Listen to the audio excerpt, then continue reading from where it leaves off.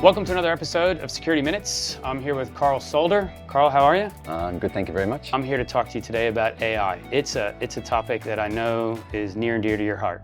It certainly is. It ranks probably at the top 2 or 3 conversations I have with executives across Australia right now. Yeah, I can imagine. It's really top of mind for everybody.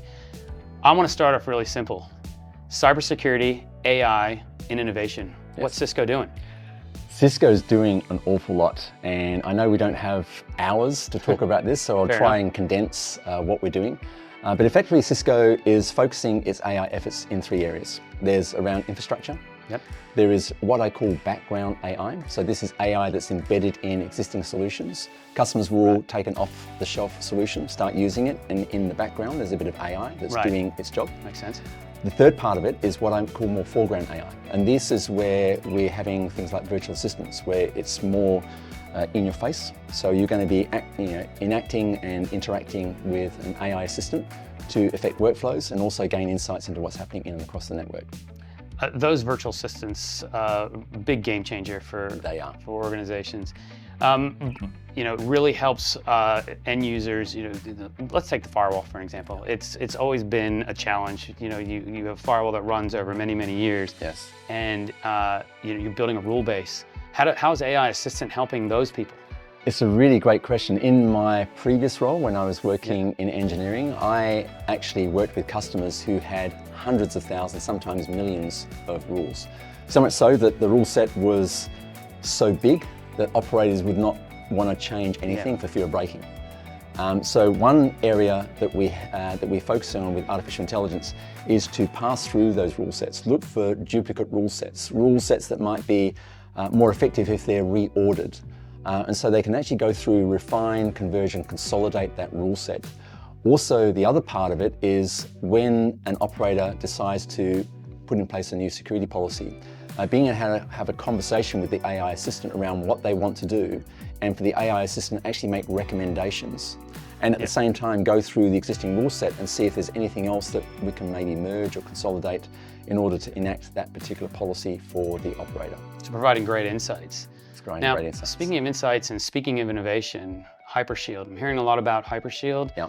I'm really interested to kind of get your perspective, particularly from an AI, looking at it from an AI perspective. So Hypershield is a brand new innovation we launched at the RSA conference in San Francisco. I was there, mate, I remember. I think you were there.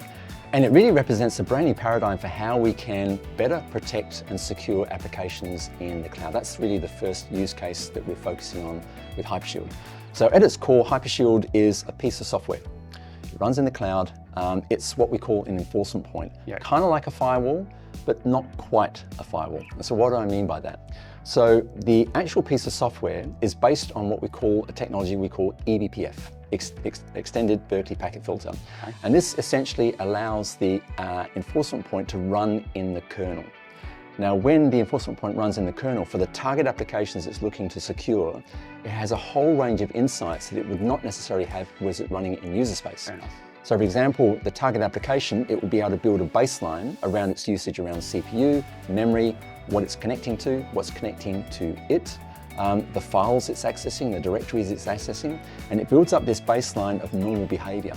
Right. Now shall we say that piece of that application is infected somehow with a piece of nasty... Doing something different, yeah. Doing something different. And as a result of that piece of malware, it might be consuming more CPU, might be kicking off some more processes, might be trying to access directories it didn't access before, trying to connect to outside entities that it wasn't connected before. The enforcement point recognizes that's an out of profile of the baseline, and it can actually alert the security operations team, hey, we've got something fishy here, and also can protect and quarantine that until the security operations person can actually determine what they want to do.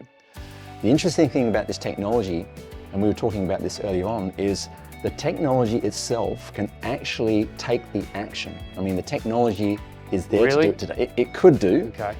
The challenge we've got right now is gaining the trust of our customer base. That's what I was thinking. We have this situation where the technology itself has been proven at the very top end of town. The hyperscalers, the Microsofts, the Googles, when you look at the scale of their operations, they've been automating, they've been utilizing these tool sets to basically let them do their thing. So we've proven that they can do their thing.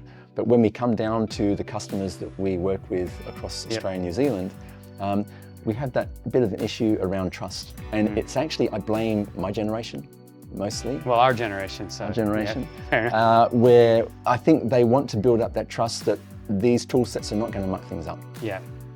We're finding that actually with younger generation, they're a little bit more willing to take that leap of faith. That makes sense. But I think we're going to go through a period of time where customers and organizations are going to want to kind of get to appreciate what these tool sets can do, start getting comfortable with what they can do before they kind of step back and let them run and do their thing. And I mean, we're definitely seeing how AI is people are stepping back. They're allowing the AI to do more. But I do agree with you. Being an old IT security person myself, I never really wanted to let the technology make a decision for me. But I think as the technology gets better and we get more comfortable, it's inevitable. It's coming. It is inevitable. And I think we've gone through a wave. If you look over the last 10 years with the introduction of software-defined networking, with the introduction of automation tool sets, with the introduction of those assurance tool sets, operators are now starting to see the value of using those to improve their productivity, improve the experience of the users who are using the services that IT provide.